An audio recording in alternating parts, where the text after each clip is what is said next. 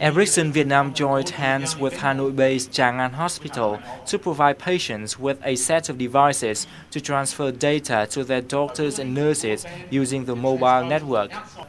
The trial program lasted for a month before ending on September 30th. This is the first step of Ericsson's strategy of applying information and communication technology in Vietnam's healthcare sector.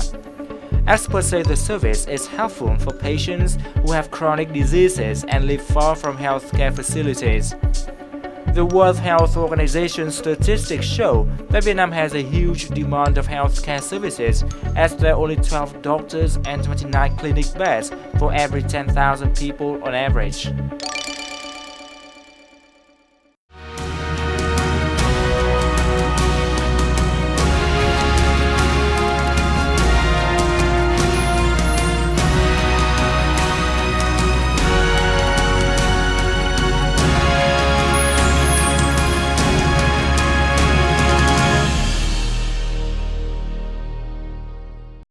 Welcome to Vietnam Journal VTC 10. Thank you for joining us today. Ericsson is focusing on network society. Can you explain the meaning of this conception?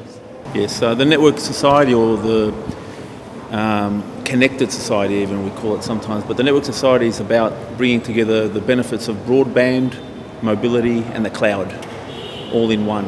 And basically being able to take the benefits of wireless technology and wireless broadband to other industries. Now being able to take other businesses in other industries like healthcare and education, for example, mobile is something that the world will benefit from, both from a personal individual perspective as well as from a societal, business and of course environmental perspective as well. People can work remotely, people can make payments, transactions remotely, they can get educated remotely, they can get healthcare remotely. So this is the essence of the network society and the benefits it brings to people. Why is Ericsson promoting network society in Vietnam? Looking at ways that we can take the benefits of mobility and broadband and the cloud to other industries.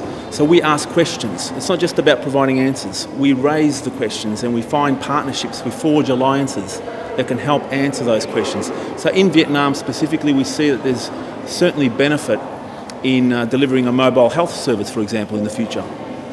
Mobile education, mobile payments, all these type of things. And last year in my presentation at this event, I promised that we would look at one specific opportunity and do a trial in 2011. And we did that this year with the mobile health trial, and we did that in collaboration with Chang An Hospital and the Ministry of Health.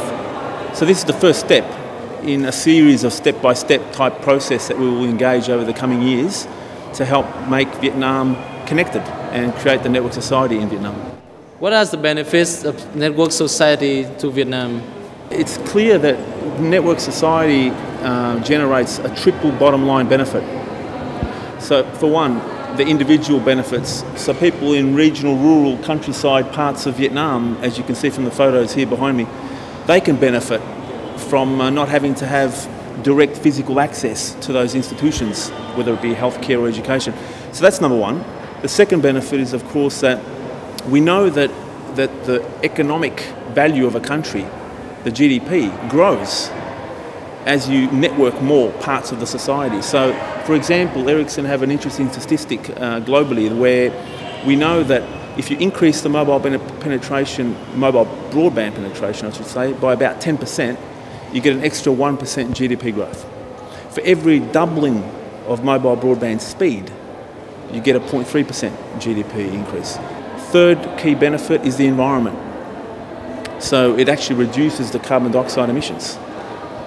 Clearly, I mean, in Europe they did a study recently where if they take 30% of the normal traffic that goes to work every morning and in the evenings comes home off the roads, 30%, people telecommute, for example, instead of going to the office, it will reduce the carbon dioxide emissions by 30 million tonnes in 1 year. By 2050, for example, the world economy will triple, but the CO2, carbon dioxide emissions, are expected to halve because of the network society. It's ICT that's making that possible. Thank you for spending time for the interview.